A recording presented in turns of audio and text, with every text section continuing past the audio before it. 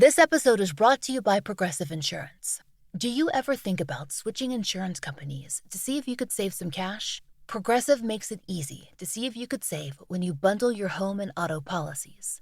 Try it at progressive.com. Progressive Casualty Insurance Company and Affiliates. Potential savings will vary. Not available in all states. There's nothing small about starting your own business. In fact, there's nothing bigger than the heart and soul poured into your business or your podcast. If you run a small business, you know there's nothing small about it, which is why you need Shopify. Shopify's point of sale system is a unified command center for your retail business. Acquiring new customers is expensive. With Shopify POS, you can keep shoppers coming back with personalized experiences and first-party data, helping enhance customer experiences. In fact, it's proven. With 22% better total cost of ownership and benefits equivalent to an 8.9% uplift in sales on average. Sign up for your $1 per month trial and start selling today at shopify.com/lifestyle. Go to shopify.com/lifestyle. Xavier Hawk Francis. It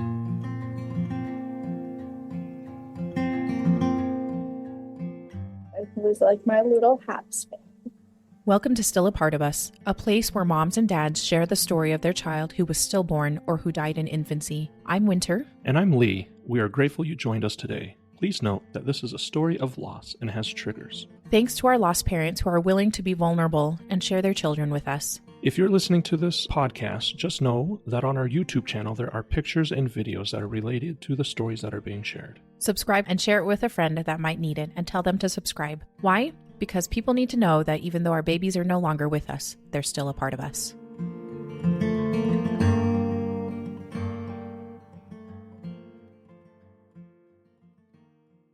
Welcome to Still a Part of Us. I am just so excited to sit here today with Louise. She reached out to us, and I'm just looking forward to hearing Xavier's story, because when I first got your text, your email, it said it looks like his name was how I would pronounce it, Xavier. And then when we got to talking, I'm excited to talk a little bit more about even his name when we get into this. But Louise, welcome, and thank you so much for coming on to the podcast. No problem. No problem. I love to be part of it, and Let's talk about my special little Habs fan. Yeah, which is so fun. So tell me a little bit about yourself, where you guys located, and then can you tell me what your family looked like at the time of Xavier's birth? So I'm located back in my hometown right now in North Bay, Ontario. Mm-hmm. Back in 2018, me and his father were living in Montreal, Quebec. Beautiful, beautiful, beautiful city. And that is where Xavier's story starts. That is how he got his name. I wanted to give him a little bit of the French kind of saying, but give him the English spelling. So yes. A lot of people say Xavier, and I have to tell them, no, it's Xavier. Yep. But we pronounce it the English way. And that's just to give him some of the place where we found special when we found out I was 6 weeks pregnant with him. Yeah. And so he's been my little Habs fan. Which is so great. Yeah. His father is actually a big Habs fan and has been since he was So that's where it comes from. Love it. So me and his father were together in 2018. We since moved on. We keep in touch when it comes to his birthday and his passing date. Yeah. We promised to Xavier that, no matter where we are in life, we'll still be connected as a family. Yeah. And we've really tried to maintain that. That is so beautiful, because I know relationships can be hard, especially after loss, and the fact that, though, like you said, you guys moved on and are in a different situation now, but I think that's really special that you do keep in touch, reach out to each other, that your connection as a family. I think that's so beautiful. So beautiful, Louise. And then Louise, can you tell us a little bit about what your family looks like now? and where and you guys are back in Ontario. Is that right? What I heard? So I just recently got married on July 3rd. I've been with my now husband for 5 years. We have a beautiful little boy, and I have three other children. Hmm. And so big happy family. Yeah. And my house never stops. As I say, you know, I've had some problems in my past, so I only have one with me. But my other three I am in contact with, and we still are a family, Yeah. but it just, I've learned to move on from my mistakes and make myself a better person. But yeah, my youngest son now is 3, going on 4. Oh, Uh, they're yeah. a handful. They are a handful. Oh, he's worse. He's like a 4-year-old, like almost 4-year-old going into almost a 22-year-old body Yeah. because he knows what he wants. He's not afraid to tell you. And if he doesn't want to do something, he ain't gonna do it. Nope. And that's partly on me and his father's fault because we've been always like, speak your mind, will be your voice. You're allowed to say no. Dang it. Yeah.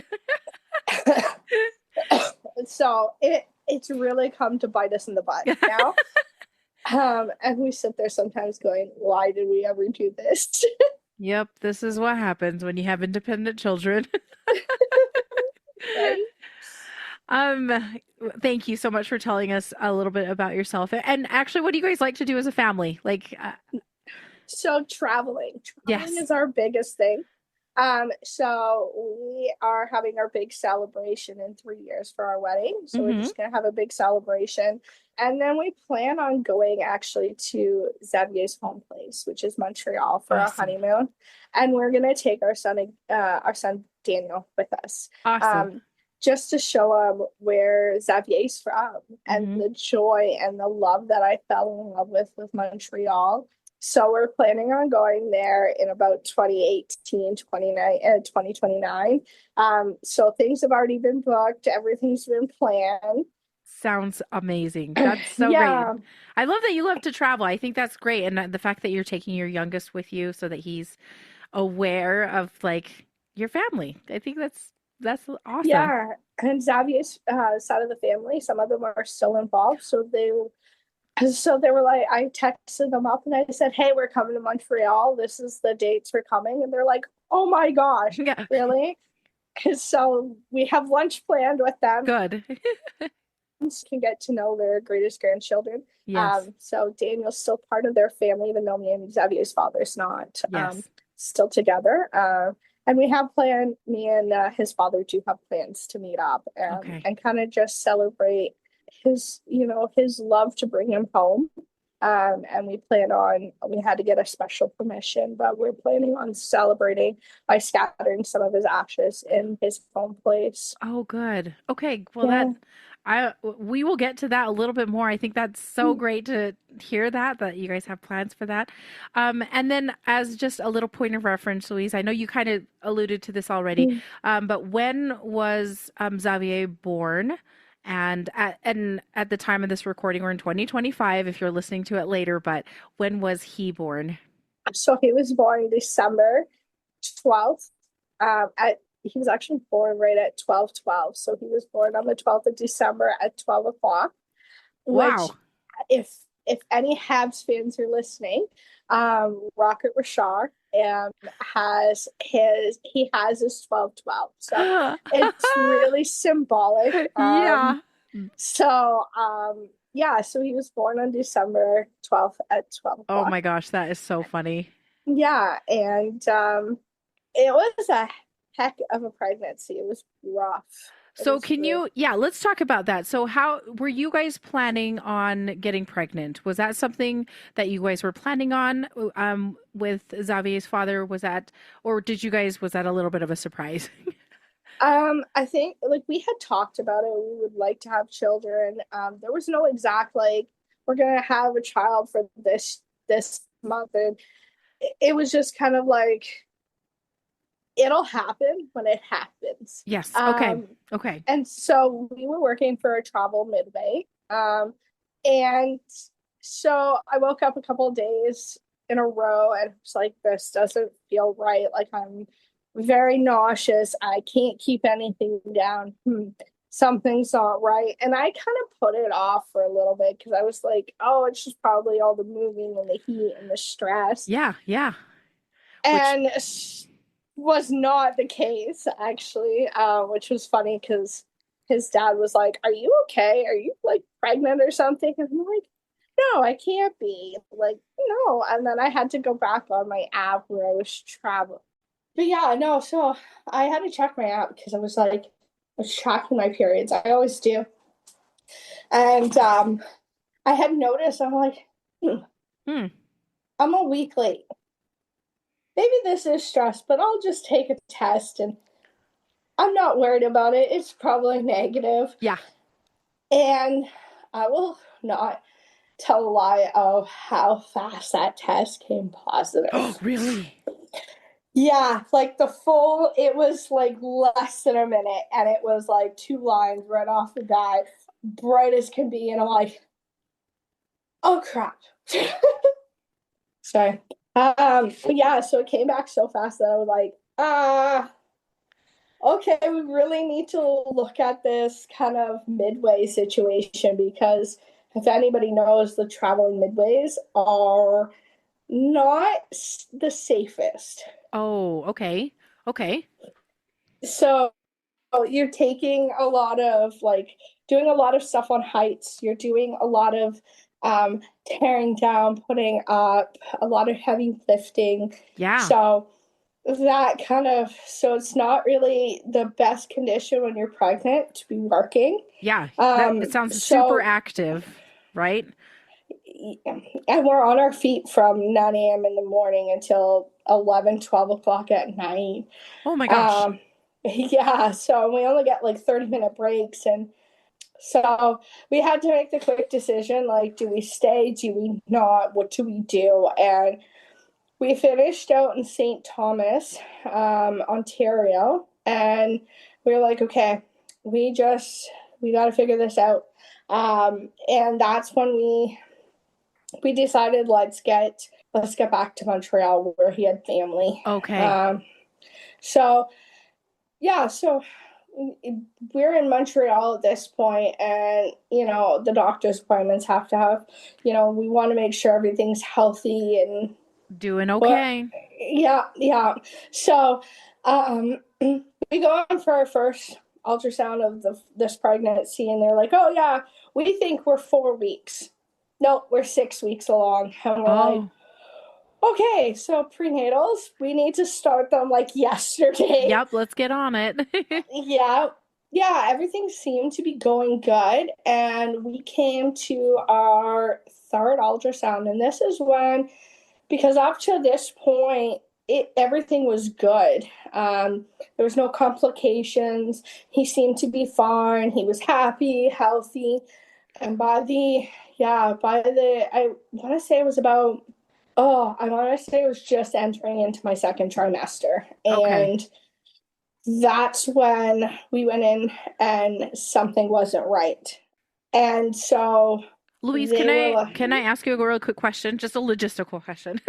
Really fast. Yeah. So in Canada, that is when you go see doctors for a pregnancy, you get ultrasounds. It sounds like almost every time. Is that correct?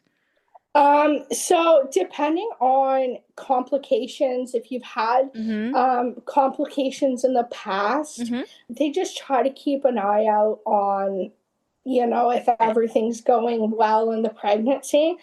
And so typically you'd only get like once a month. And in Montreal, I found, even with my complication previous pregnancy, I had a preeclampsia. I had placenta abruption with my 2nd child. I thought that was going to be taken into consideration, and I found out very quickly in Montreal they kind of schedule this like almost every 2 weeks, because I really just want to make sure mom's doing good, mom's healthy, baby's doing good, we're gaining the proper weight and everything.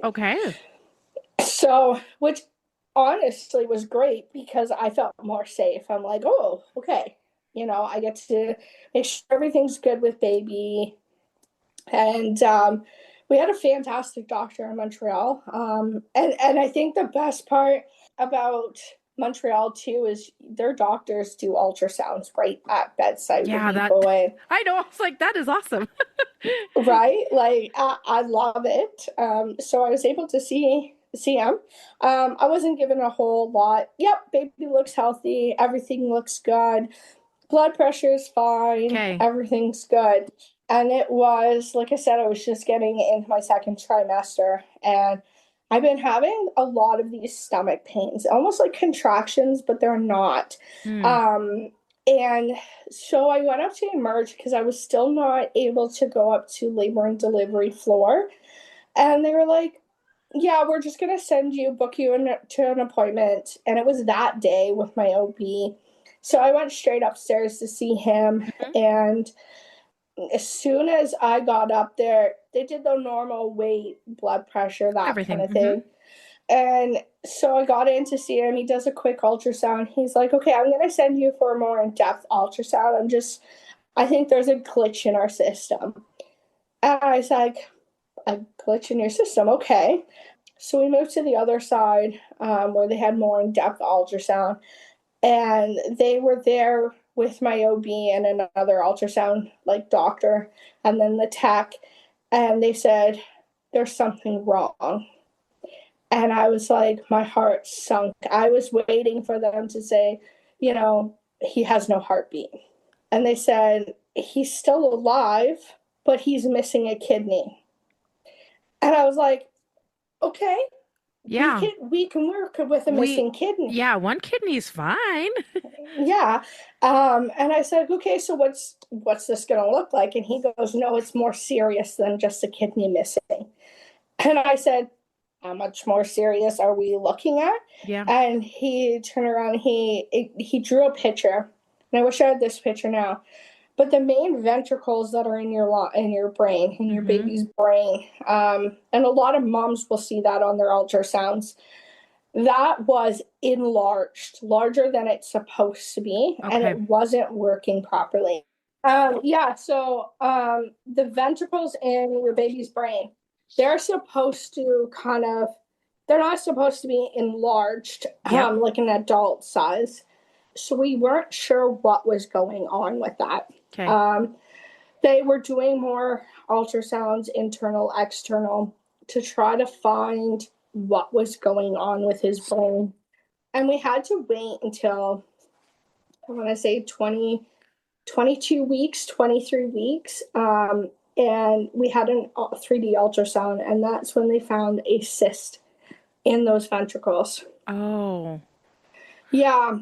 Okay, so I want to know when you found out, so when that first ultrasound, not the first ultrasound, but I think the third ultrasound, when you said you were going into the second trimester, the start of so we're probably looking at 13 weeks or so, 13, 14 weeks. And that's when they say there's something wrong. And then you had to wait from week 14 to 22, 23 weeks in order to get a better view of what was actually going on, because that's usually when they have the anatomy scan, right? Just when they're looking at the baby entirely, making sure everything is there. Yeah, so they did hit. That's when. So when we went into the more in-depth ultrasound, when I went in that day, that's when we first found out that there was something. We didn't know what was wrong. We just knew his ventricles were not there. He was missing a kidney. And then by 22, 23 weeks, that's when they had to do a 3D ultrasound.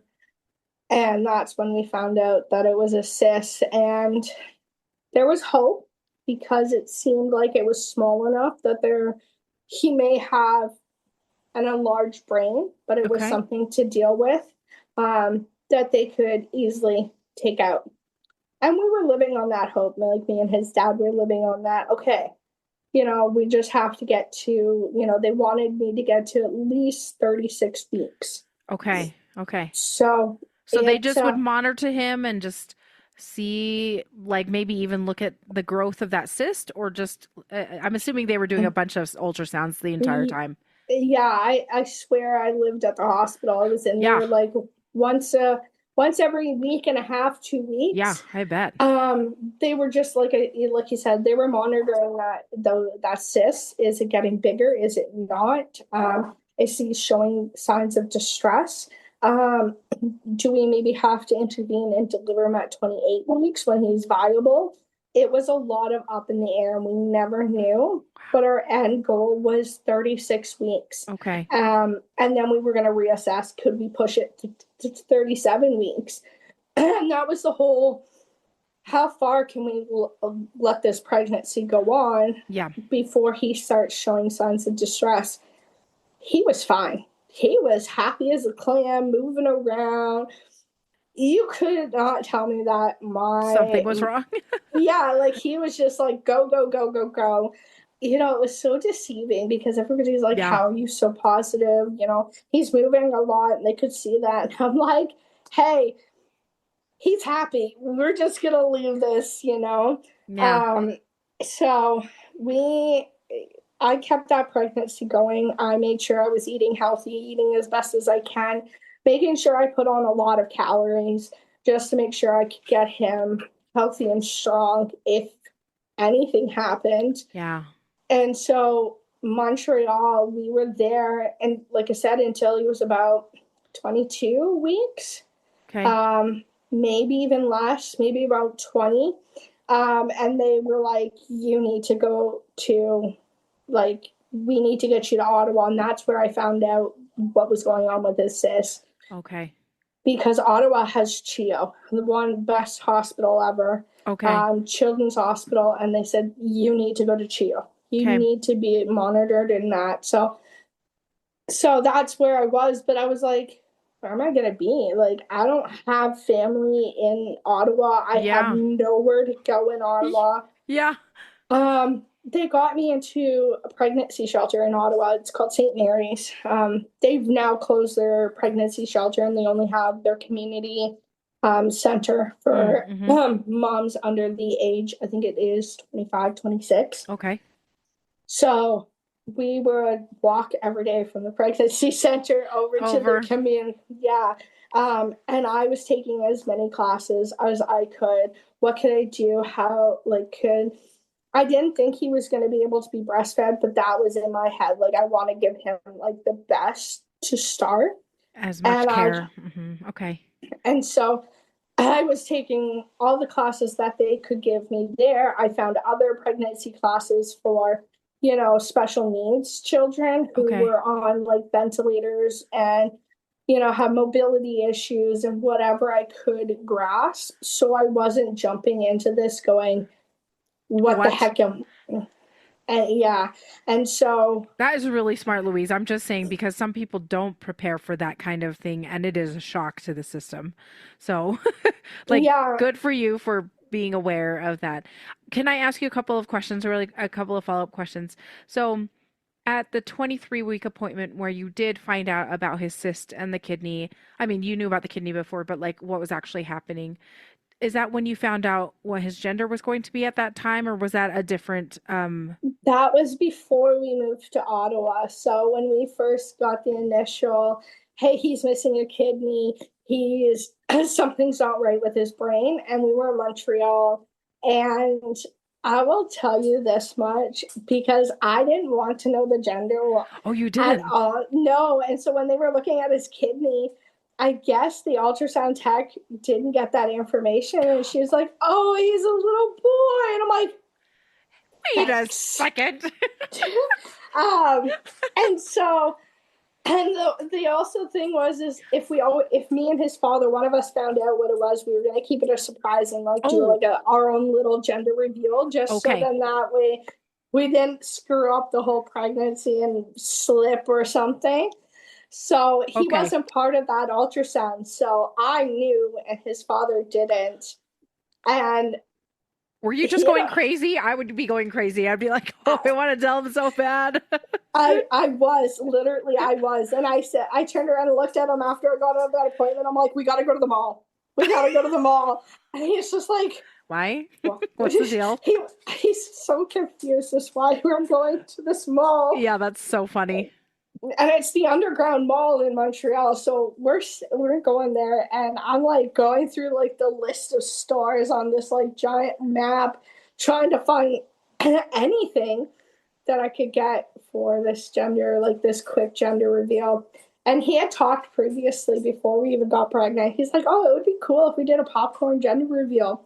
So that was in my mind. Oh, And yeah.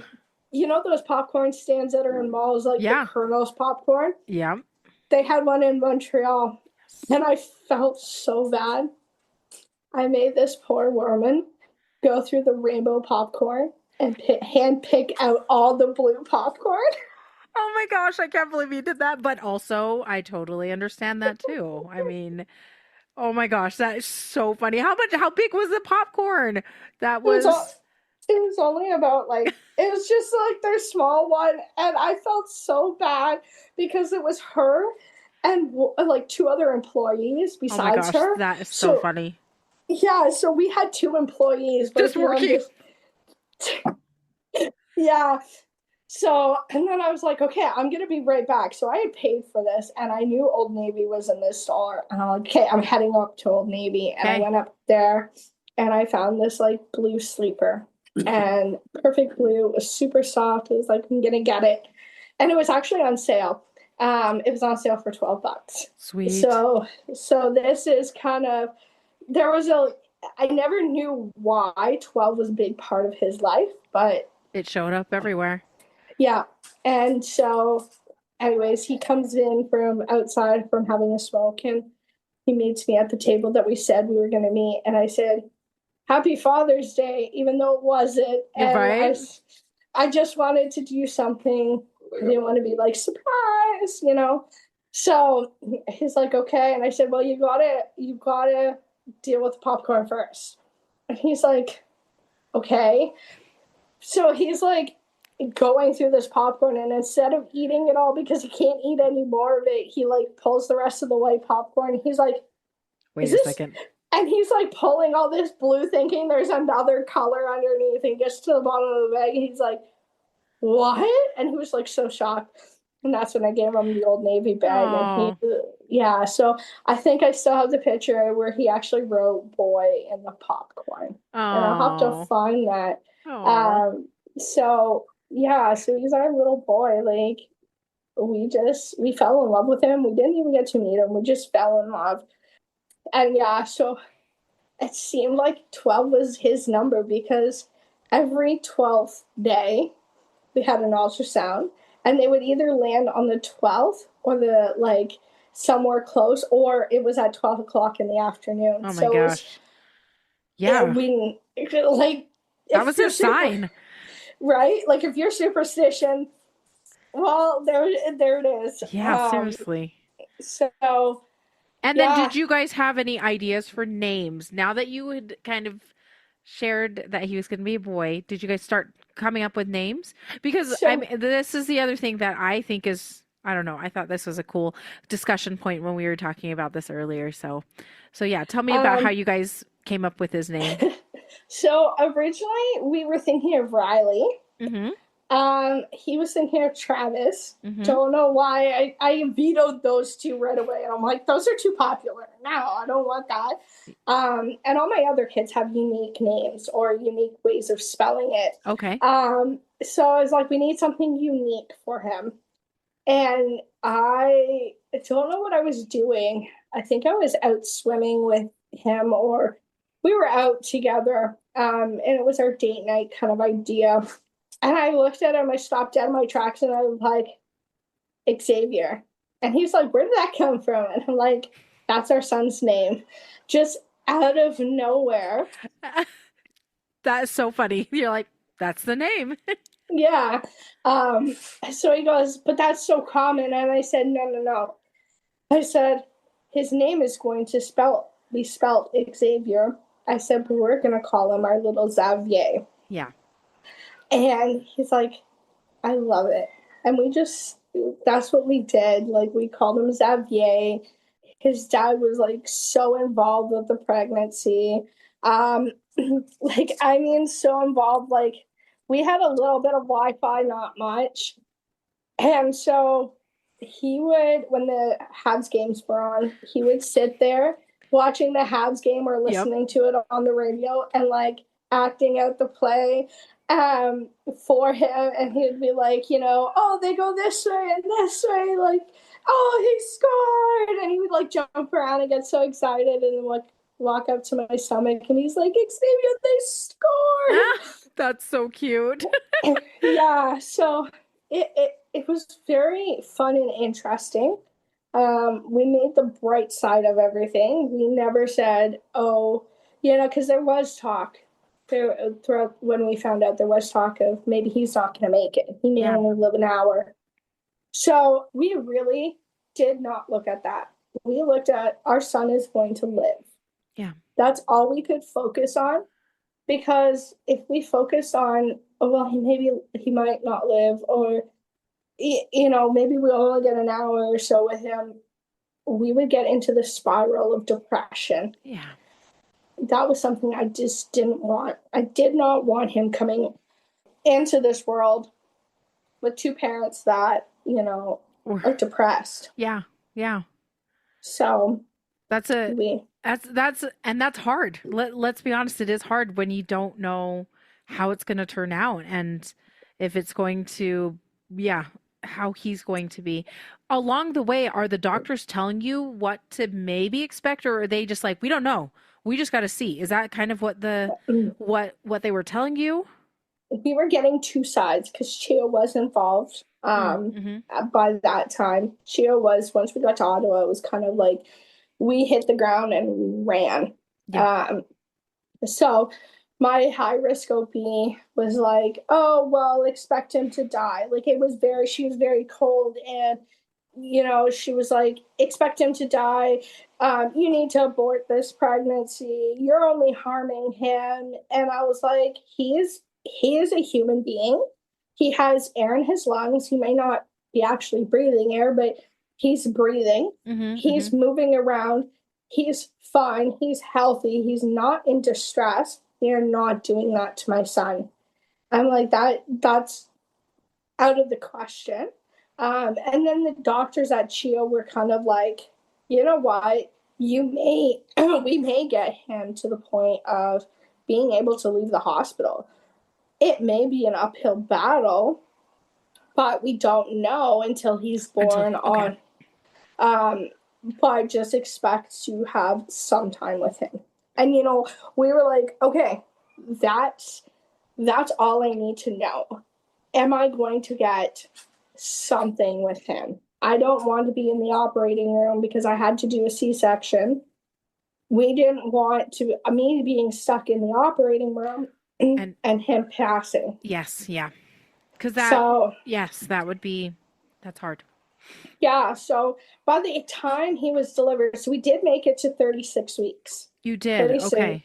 We did make it to 36 weeks.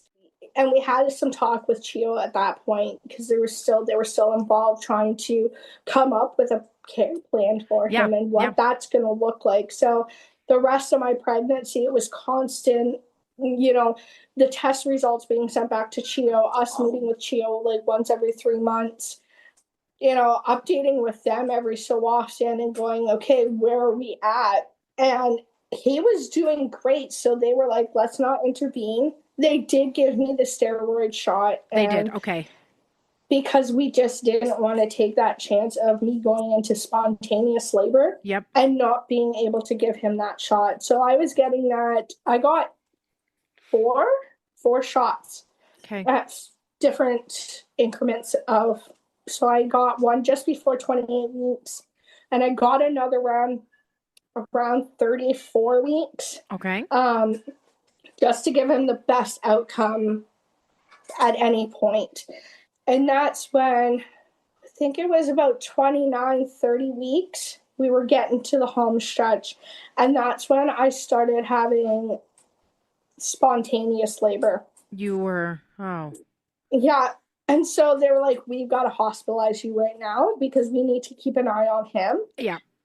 And so with that spontaneous labor, it was coming and going. We never knew, but it would be like for a prolonged period of time. And when I say that, it would be for like an hour, hour and a half, and we just couldn't get it to stop. So they were constantly, what can we do? What can we do? So yeah, it was really like nerve-wracking, because when it started, it was like, is this the day? Yeah. Yeah. That's the thing that I keep thinking about when you said that. I was like, oh, this is like it, you could be meeting your son and he could be passing away. Like that you're like, don't go into labor yet. I'm not ready. I would be like, I'm not ready yet. So Yeah. So I just kind of kept my hopes up. We were, at that point, we were meeting with CHEO daily, it seemed. And at one point, my labor had stayed the same for 2 days. It didn't increase. It didn't go into spontaneous labor. So we were kind of like, okay, we can kind of do some slow, moderate bed rest. Because they didn't want me moving, because we didn't know. So I had turned around and looked at the doctors at CHEO, and I said, I want to see what I'm getting into. I want to know. I want to speak to a parent, somebody that can give me an idea of what we're walking into. Because you can take all these birth classes and, classes for special needs and all this, but they don't really go like, into the real hands-on day-to-day care that needs to happen. Yeah, exactly. And the hours, like everybody talks about, oh, well, I spent so many hours with your kid, and, we just went home, and I'm like, okay, maybe that's how it's going to be like. And did get the opportunity to speak with one of the nurses on the CHEO staff where he was going to be put. And she gave us a list. She's like, here's a list. And it was like, you're going to pump. You're just going to keep your positive spirit. Let's keep pumping for him. Let's feed him that when he can get, as soon as we can get him to start taking breast milk. Yeah. So there was that, and like just tips on clothing. Like, you wouldn't think about yourself. You would be like, oh, I'm just going to get up, do my hair. No, they tell you to go in to the NICU in the comfortable possible clothing. Yeah. But something that was warm, but easily you can take off layers. Yes. And so I was like, okay. And I remember in my hospital room, I was Instacarting things to the hospital. Yeah, might as well. I mean, so I was doing that as much as possible. And we were thankful, because Ontario Works, I guess nobody really knows about it, but Ontario Works had a program at that time for moms who their children may not be expected to leave the NICU right away. Yeah. So there was a bit of fundage for that. Wasn't a lot, like $600, I think, $600 a month. And then the CHEO hospital also had, for moms on social assistance, a daily food allowance. So they would give us, I think it was like $60 or $70 for food. And so we had already started banking a lot of that money just to make sure. But I was in my room, and I was like, because I was doing good for 2 days, and then all of a sudden on that third day I woke up and I was like, oh, this is great. And I went into spontaneous labor again. You did. So I was like, oh, so they put me back on bed rest. And I was like, well, I can't go anywhere. So I would make him, we were on the 8th floor, and I would make him go all the way down to the main floor. And in Ottawa, I forgot to mention this, but in Ottawa, there's a clear path to CHEO. Oh. So there's a hallway that you can go through to get to CHEO without like getting out of the general hospital and walking around. Yes, yes. So it's a corridor, and they show you. So that way you know. So, yeah, so we were at the general hospital that's connected to CHEO. And I'll tell you this much. When we were on the 8th floor and he has to go down to the bottom, that's a big trek Yeah. and a half. So I was trying to make sure I got everything in one shot so he didn't have to like go up and then back down a bunch of times. Yeah. yeah. So so and at this time again I was on bed rest, and then all of a sudden like I was getting the doctors were looking at me and monitoring me, and they were like, you're not measuring right. And I was thinking like, oh no, like I'm not measuring, like I think I was 33 weeks, 32 weeks, and they're saying you're not measuring right. And I'm like, like big or small? Did they tell they you? didn't say. They didn't say. They just said you're not measuring right. And I'm like, why are we saying this now? Like now my heart's racing, and they're like, you're measuring at like 49 plus weeks. And I was like, what? And so they ordered an emergency bedside ultrasound because they were like, what is going on here? And because of his one kidney, he wasn't able to flush the amniotic fluid. Yeah, so you just had tons of extra amniotic fluid on you. Yeah, so they had to actually do an amniocentesis to drain just that pull extra. It all. Okay. And I got that down 3 times before I delivered, because as soon as they were draining it, it was coming back more. And thankfully, at 35 and a half weeks, we didn't have to. Like, they were watching at 35 weeks, are we going to do this again? Is this worth it? What do we do? Yeah. And for some reason, it just stopped accumulating. Oh. Like, I was like, okay, we're good. We're great. Like, what's going on? Labor had stopped after the second pull of amniotic fluid. So we're like, okay, maybe it was the excess labor that, like, the excess fluid that was causing it. They didn't know. They couldn't question it. That's so weird. Right? Like, just things were just, it just seemed like he was like, hey, I'm here still, because we were maybe not paying attention to him, or he felt like we weren't. I swear that's how he is. And then he would just start kicking up. That's and I'm funny. Like, at one point, I even said, okay, Mr. Xavier, I said, that is enough with you. You are being unruly. Right. And I was like, but I honestly just, I kept my spirits high. I really did. That's all I could do, was just keep my spirits high. And so with me keeping my spirits high, I was not just managing my spirits, but I had to manage his dad's spirits. Yeah. And so I had a lot of weight on me, because his dad was falling back into addiction. Oh. So I don't know how long, but he was never addicted to crack when we got pregnant before, nothing. And I guess with all the ups and downs and the stress, he fell back into addiction. Oh, I'm sorry. Yeah, so I was really just trying to manage him, hold him up, manage me, hold myself up, make sure I'm paying attention, getting as much I can get from the hospital and about my condition. There was times throughout my hospital stay that he would just disappear for 2 days straight. No phone, no nothing, just didn't know where he is. And then he'd miraculously, like a magician, appear. So I did my best to kind of keep going for Xavier and not giving up. So, which, I was grateful for. I was really grateful. And then I was able to go back around 35 and a half weeks.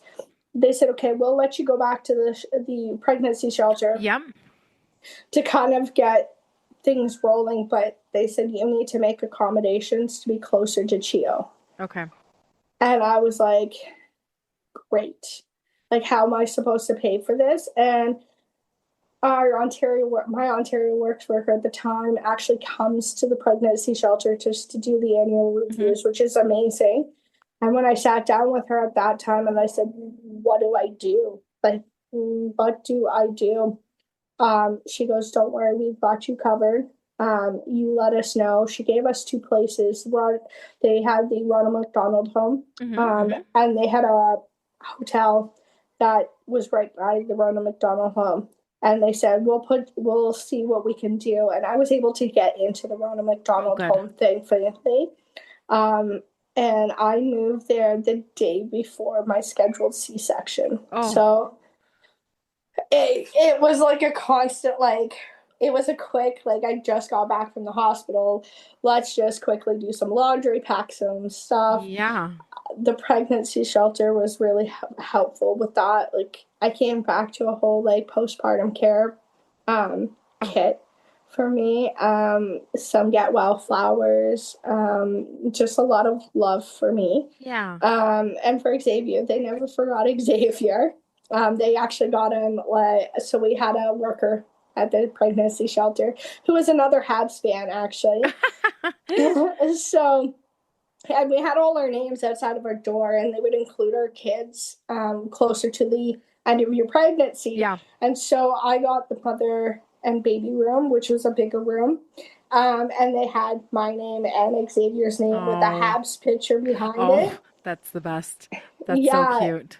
It was. So when I walked into the room, there was the red, white, and blue Habs colors as flowers with a little Habs ornament sticking out for him. And that was his first ornament, actually. His dad has it because that was something I was like, you need to have. Yeah. So it was like, welcome back. But it was like quickly unpack and repack, and out the door I was going. They were fantastic. They checked in with us. They came and visited me. So it was really, really, really nice. And I was very thankful. Yeah. And then, I made it. We got into Ronald McDonald just the night before my C-section. Okay. And that was a scheduled C-section, right? That was on the books already. Okay. Yeah. So they had asked if I wanted to push it another week. Okay. I said, we're doing this. I said, let's do it now. He's healthy. He's, we're going to be set if we do this now. Okay. We will get the best opportunity for him. Okay. And so 36 weeks.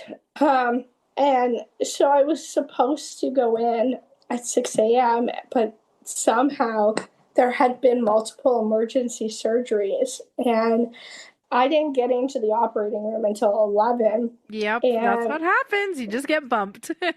Yeah, so I was up early. I was like, I'm done. I'm tired. I just, Can I go to bed? Yeah, exactly. So they were really nice because I wasn't supposed to eat anything, so they gave me some Jell-O to hold me off and keep my sugars up. Yep. And I had just got comfortable and fell asleep. And they were like, okay, we're good to bring you in. And I'm like, of course. I was just about to go to bed, like, thanks.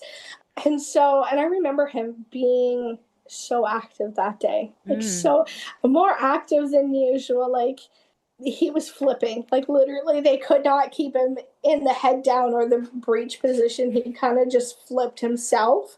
And you could see that. It was kind of cute because if he was head up and he wanted to flip himself, you could see his head kind of move. Come around. Yeah. That is cool. Whenever I see those, I was like, that is rad. Right? So he was more active than usual. And so we're in the operating room, and they're like, hey, we need to find out if he's head up or head down, or which way is he laying. And so they did the ultrasound. They were like, okay, he's head down. And they get everything ready. They check. He's still head down. Okay. I guess the doctor at the time, the physicians, turned their back, and I could feel something like at the top. And I was like, and I turned around, and I'm like, he's head up. He's head down. And they go and they do their incision, and they're meet with his butt. Yep. They were like, he was just head down. I'm like, I told you, my kid. And this is my kid, like you're talking about. He's doing somersaults. Right? He never stopped. So it was like, whatever. I know. It was quite interesting. It was really quite interesting. And we knew, like, he was not going to be born vaginally. We knew because, with the cyst on your brain, you can get excess fluids. You can get water in the brain, Right, that kind of thing. So I didn't look like that, but we just didn't want to take a chance. Okay. So that's why we did the scheduled C-section. And I will say this was my first C-section. All my other kids were born naturally. Uh-huh. So this was another new territory. Yeah. And I missed a couple of parenting classes on C-sections. You never think that you're doing a C-section, and then you're like, oh, I'm in the middle of a C-section. Yeah. Right? Like, I didn't prepare for this. I Yep. prepared for vaginal. Yep. Oh no, what am I getting into? Yep. So that was quite interesting. But yeah, he was whisked away. I didn't see him. So the CHEO team was there, and they took him kind of, well, I guess the NICU team of the hospital, and I'm sure CHEO was in attendance, the folks from there. Okay. Yeah, they were there, and they turned around and let me know, like, because they have like a room off to the side. Yep. For baby and the team, so that way I can focus on, getting sewn up and yeah. So I turned around and I could see off to the side because I was just right in line, and we were prepared. I was at least prepared to have a bunch of doctors around him. But when he was whisked in there and the door was left open, I didn't realize when they said there was going to be a lot. Didn't expect the amount of people I saw. Like, I could not tell you there was 5. There was at least more than that. And it was like a swarm of people just over him. Yeah, so I was just like, I was never expecting that, I think the best thing, though, when, he was stable and I was stable and I brought to the recovery room, the best thing is that when they brought him in for me to see before he got whisked off to CHEO, they turned around and they brought him down and they said, well, Mommy, you have a surprise. And I was like, yeah, no, I'm having a boy. Like, what are you talking about? That's in my mind.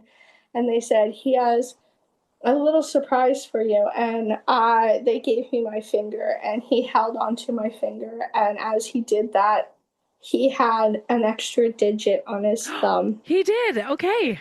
Yeah, so he had periodactyl syndrome. Yes. And I will tell you, I had over 500 different ultrasounds throughout my pregnancy. They never caught it. Yeah. Wow. That is crazy. Yeah, he kept it a secret.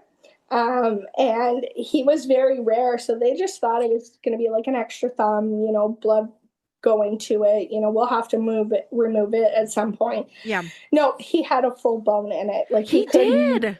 Yeah, so he could move both thumbs, and it's very, very rare. Yes. So we always made the joke that when he was going to be older in school, he was going to give 2 thumbs up on one hand. On one hand. I was going to say he's going to be some accomplished pianist with an extra thumb. Right? And that's where really, like, CHEO started for us. I got out of the operating room. I was in recovery. And did everything go okay with the C-section, actually? Yeah. Okay. So everything went well. Everything was fine. They had no concerns. The only concern they had was more or less keeping me down. Oh. I was like, nope. I gotta go see my baby. Yeah, that was the thing. I think I was like 3 hours out of the operating room. So I was still in recovery, and I was expressing milk. And then by the time I got moved to my room on the postpartum floor, it was 3 hours. And I was like, okay, I need a wheelchair. I need to go see my son. They were like, whoa, you just had major surgery. You're not moving. And that was their thing, was like, you're not moving at all. And so I slept. I had some stuff to eat just, to get my strength back up. Yep. And my night, it was shift change. And I turned around and I looked at his father and I said, grab a wheelchair. Literally. You are so sneaky. I said, grab a wheelchair. We have half an hour to break out. I said, I don't care if I come back after shift change, but we got half an hour to move me from this bed. Go. Exactly. So we got me into a wheelchair, and he's like, "Are you okay?" And I'm like, "I'm in pain, but just push pillows around me and let's go." That is so funny. That's so funny, Louise. It was really bad. So I went over and I saw my son. At this point, we're like 4 hours, 5 hours out of surgery. They don't Oh like my you gosh. moving until No, the next seriously. day. Seriously. So I'm over there, and the nurse, she was an amazing nurse. Her name was Mimi, Nurse Mimi, and that's what they just called her. I don't know her real name. That's what we called her. And she goes, "What are you doing out of bed?" And I'm like, "Shh, don't tell them." I said, "I need to see my son. I need to put hands on my son." And I had this teddy bear that we had gotten him in Montreal. So I wanted to give that to him again because they didn't want to take it. And then I convinced them to. So I wanted to make sure he knew good. his teddy bear was there with him. And so Mimi was like, because I was like, "Okay, I'm going to get out and I'm just going to sit on the chair right beside her." And she goes, "No, we're going to lower the incubator down for you because you're not moving." Just stay in the dang wheelchair. Right? So I got to spend about an hour and a half with good. him. And so... How did he... I'm actually curious. How did he look in the little NICU incubator thing? Was he hooked up to a lot of things? Like, was he breathing on his own? How did he look? So he wasn't breathing on his own. Okay. So they had him intubated. And then he had a lot of like wires and IVs. So they had to put an IV to monitor his blood pressure because it's harder with these special needs babies. So they had one for his blood pressure to make sure his oxygen levels are good in his blood and stuff. So he had that. He had his, the pulse ox, heart, all the stickers on his chest. And what really took me by surprise was, I guess, when Mimi saw him, she goes, she could see a lot of parents staring because he was the first bed when he walked into the blue floor, the blue pod. And so Mimi put a hat on him because he had a larger head. He had that fluid on the brain they were talking about. We weren't sure how extensive, but he had quite a bit. The best way I can describe him was he had an alien head. It was very rounded and cone shaped. Okay. So, Mimi was tired of them staring. And so they were like, she sat there. Yeah. And so she knitted a hat for him. And I still have that. And that is so sweet. She loves to work on hats for, the newborn baby floor and, new moms and stuff. So she was already started that hat. She had started that hat, and then he came in, and they work pretty long shifts at NICU. Yeah.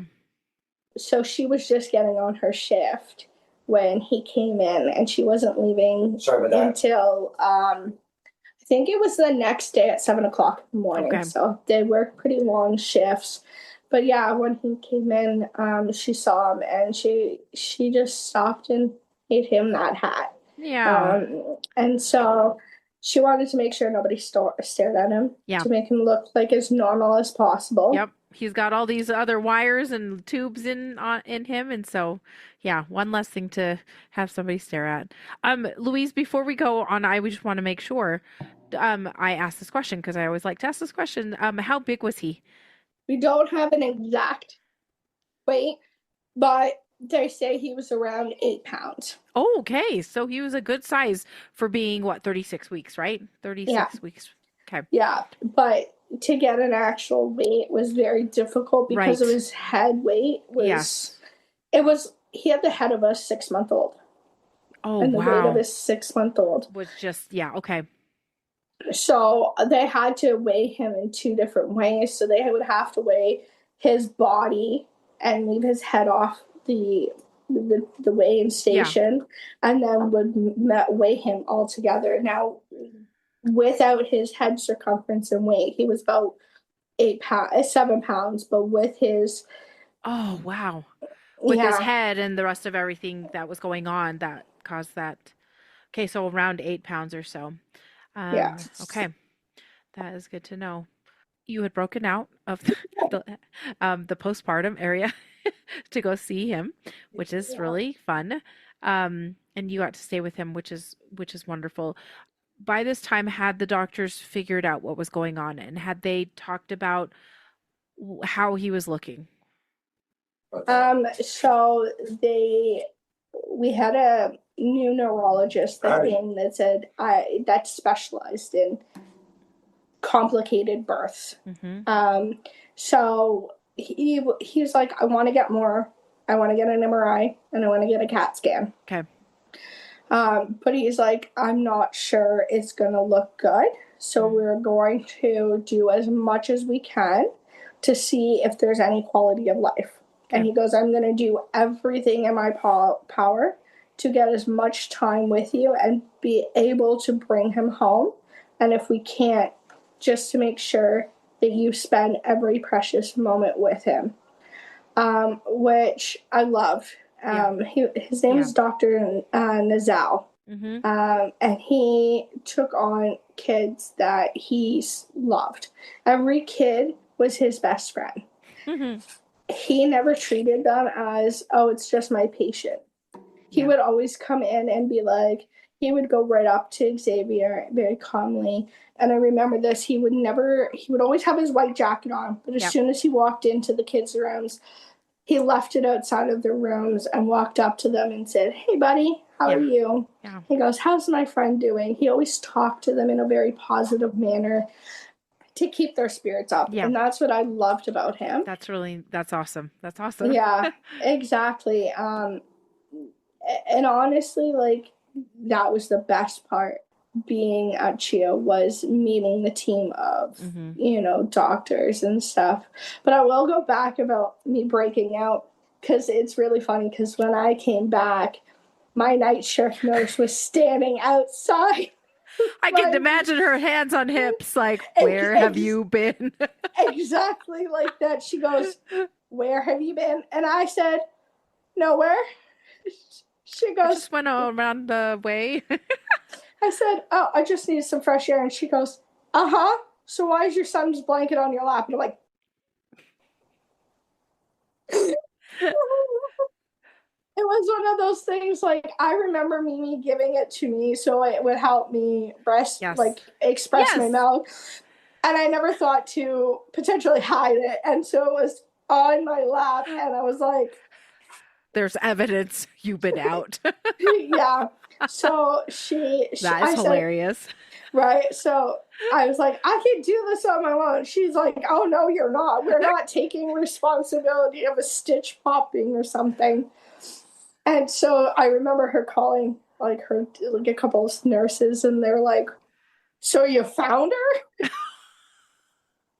Yes, I found her. She finally came back. So I was in a lot of trouble. But yeah, so time goes on. I'm finally discharged. I go back to Ronald McDonald House, and I'm just trying to making life as normal as possible. Yeah.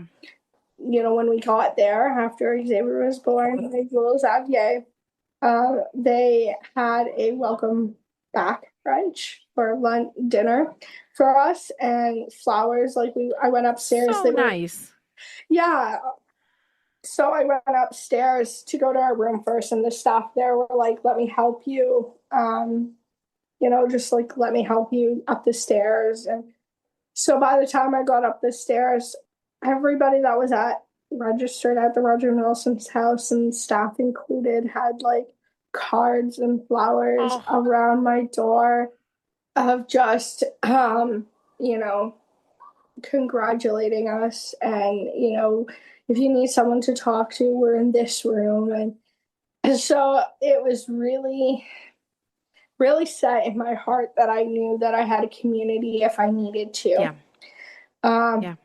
So, and like, being close to Christmas and your child's born, and you don't expect. Yeah.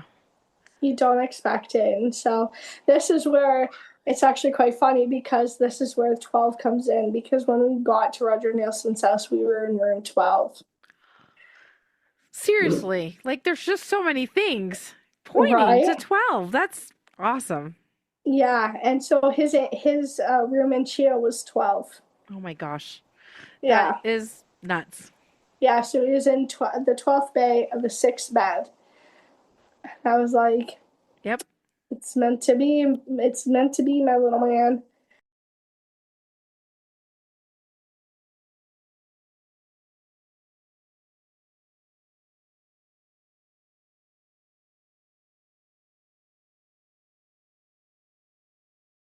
If you love chilling mysteries, unsolved cases, and a touch of mom-style humor, Moms and Mysteries is the podcast you've been searching for. Hey guys, I'm Mandy. And I'm Melissa. Join us every Tuesday for Moms and Mysteries, your gateway to gripping, well-researched true crime stories.